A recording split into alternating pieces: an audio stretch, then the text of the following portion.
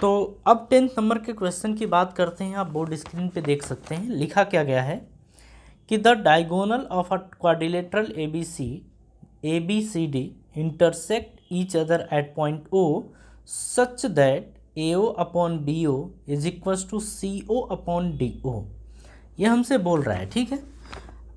तो ये हमें प्रूफ करना है और बोल रहा है कि सो दैट, मतलब ये दिया गया है और बोल रहा है कि so that A B C D is a trapezium. Question क्या बोल रहा है और फोटो क्या है ज़रा वो देखिए। फोटो में ये बोल रहा है कि एक ट्रेपेजियम, मतलब ये ट्रेपेजियम हमको प्रूफ करना है। बोल रहा है कि एक क्वाड्रिलेटरल है, एक क्वाड्रिलेटरल है और उसमें ये बोल रहा है कि जो दोनों क्वाड्रिलेटरल है और उसके डायगोनल एक दूसरे को इंटरसेक्ट कर रहे हैं, ठीक है। तो इस चीज़ को अब समझना है, इस चीज़ को समझिएगा। ट्रेपेजियम प्रूफ करना है तो हम ट्रेपेजियम ही बना के प्रूफ करेंगे, ठीक है। मतलब कोई और स्ट्रक्चर न बना के हम ट्रेपेजियम ही बनाते हैं और फिर बताएंगे प्रूफ करके कि ये ट्रेपेजियम ही है, ठीक है। चलिए, अरे भैया बन जा ढंग से। हाँ जी, ये रहा और ये भी हम ज़रा ढंग से खींच दें, ये रहा। चलिए ठीक है, हम इसको बोल दें ए बी सी और ये डी। अच्छा, डायगोनल एक दूसरे को इंटरसेक्ट कर रहे हैं तो ये और ये डायगोनल है, ठीक है। ये रहे, ये डायगोनल है। तो और दोनों एक दूसरे को मान लेते हैं ओ पॉइंट पे इंटरसेक्ट कर रहे हैं। हमें ये प्रूफ करना है कि ये ट्रेपेजियम है। तो ट्रेपेजियम प्रूफ करने के लिए हमें कुछ चीज़ें इसमें देखनी होगी। ज़रा यहाँ पे आप ध्यान से देखिएगा। इसमें हम क्या करेंगे, अपने तरफ से कंस्ट्रक्शन करेंगे और कंस्ट्रक्शन से पहले अपन ये देखें कि अपने को गिवन क्या है और प्रूफ क्या करना है। तो अगर गिवन में देखा जाए तो यहाँ पे ये बोल रहा है कि एक दूसरे को इंटरसेक्ट कर रहे हैं और उसके बाद इसमें बोल रहा है कि जब ये सब हो रहा है तो A O upon B O is equals to C O upon D O, ये दिया गया है। मतलब बोल रहा है कि A O upon B O is equals to C O upon D O, ये दिया गया है। पिछले वाले क्वेश्चन में ये हमें प्रूफ करना था। फिर से वही काम करेंगे, इसको यहाँ और इसको यहाँ लाओ। तो A O upon C O is equals to B O upon D O, आप ऐसा लिख सकते हैं इसे, ठीक है। A O upon C O is equals to B O upon D O या ओ डी, आप ऐसा लिख सकते हैं, ठीक है। तो चाहो तो आप लिख लो, अगर आपको कोई कन्फ्यूज़न हो तो अपना कन्फ्यूज़न आप दूर कर सकते हैं। देखिए, जैसे हमने लिखा ए ओ, तो आप लिखो ए ओ अपॉन में देखो ओ सी, और यहाँ सी ओ लिखा है तो हम सी ओ को ओ सी लिख सकते हैं, कोई दिक्कत नहीं है। Is equals to B O, मतलब बी ओ, तो बी ओ अपॉन, अब देखो यहाँ पे डी ओ है तो हम इसको ओ डी लिख सकते हैं, कोई दिक्कत नहीं है, ओ डी, ये हो गया, ठीक है। तो एक्चुअल में ये अपने को गिवन है। प्रूफ इसमें ये करना है कि ए बी सी डी जो क्वाड्रिलेटरल है, इसको हम बोलेंगे कि हमको प्रूफ करना है।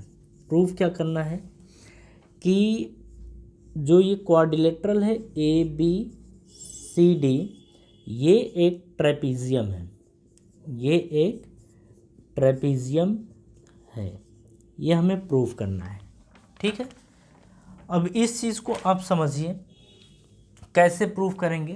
कंस्ट्रक्शन हम क्या लिखेंगे यहाँ पे कि ज्वाइन, इसको ई two O, join E two O, मतलब ई से ओ को ज्वाइन करेंगे, ज्वाइन ई ओ, हमने ई से ओ को ज्वाइन कर दिया। चलो, ये कंस्ट्रक्शन हो गया, ठीक है। अब देखिए आगे की कहानी। हम इसमें बोलने वाले हैं इन ट्रायंगल। अब देखिए, हम किसी एक ट्रायंगल को उठा लेते हैं, ए बी डी को हम उठाते हैं। अच्छा, यहाँ पे आपने ये ज्वाइन कर दिया, इसमें आपको एक चीज़ और बोलना पड़ेगा। इसमें ज्वाइन करने के बाद आप ये बोलेंगे कि जो EO है वो पैरेलल AB है। आपको ये बोलना पड़ेगा कि जो EO है वो पैरेलल है AB के। ये चीज़ हमको एक्चुअल में प्रूफ यहाँ पे करना है ना, कि जो ये है और ये है एक दूसरे के पैरेलल हैं। ठीक है, ये एक दूसरे के पैरेलल नहीं है, लेकिन कम से कम जो एक पेयर है वो ट्रेपीजियम में एक दूसरे के पैरेलल होना चाहिए। तो ये आपने लिख लिया। अच्छा, ये हम बोलेंगे इन ट्रायंगल, ये किस में है? In triangle ABD। अच्छा, ये तो हो गया ना, तो हम बोलेंगे इन ट्रायंगल ABD। अब ABD में EO पैरेलल टू AB है, EO पैरेलल टू AB ऐसा है। ठीक है, अब आप यहाँ पे बोलेंगे ये कि अगर ऐसा है तो AE अपॉन ED, तो AE upon ED is equals to क्या हो जाएगा? BO upon OD, BO upon OD ये हो जाएगा। अच्छा, इसे आप सेकेंड इक्वेशन मान लीजिए, और ये जो गिवन था इस गिवन को आप फर्स्ट इक्वेशन मान लीजिए। ठीक है, अब ज़रा आइए यहाँ पे कि अब देखिए यहाँ पे BO और OD, यहाँ पर BO और OD, आप कहेंगे कि आप ना इसे पुट कर दीजिए, पुट इन फर्स्ट। आप फर्स्ट में इसको जब पुट करेंगे तो आपको ये देखने को मिलेगा, आप इसकी जगह पे या फिर आप इसको फर्स्ट में पुट कर इसकी जगह पे ये रख दीजिए, तो AO अपॉन OC, तो AO upon OC is equals to AE upon ED, AE upon ED ये बनेगा। ठीक है, AO upon OC is equals to AE upon ED। अब यहाँ से क्या देखने को मिला कि यहाँ से देखिए AO अपॉन OC, हाँ जी ठीक है, AO upon OC is equals to AE upon ED ये हमको देखने को मिला। अच्छा, ये कब पॉसिबल होता है? ये तब पॉसिबल होता है जब आपका EO पैरेलल हो DC के। कब होता है? हम बोलेंगे जब EO पैरेलल हो DC के। ठीक है, मतलब यहाँ से क्या देखने को मिला है? यहाँ से ये देखने को मिला है कि EO पैरेलल है AB के, EO पैरेलल है AB के, और EO पैरेलल है DC या CD के, ऐसा देखने को मिला। तो हम यहाँ से ये बोल सकते हैं कि जो EO है वो पैरेलल है AB के और ये पैरेलल है DC के। कुल मिला के हम यहाँ से ये बोल सकते हैं, कि AB और जो DC हैं वो आपस में पैरेलल है।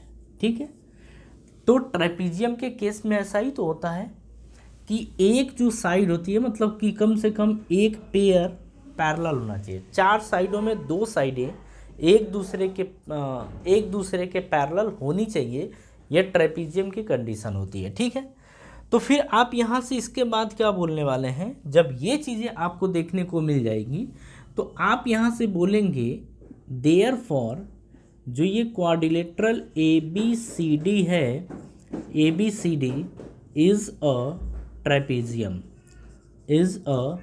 ट्रेपेजियम।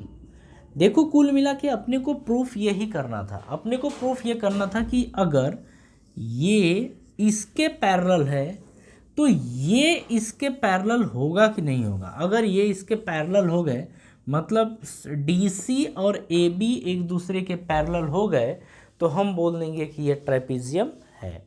ठीक है।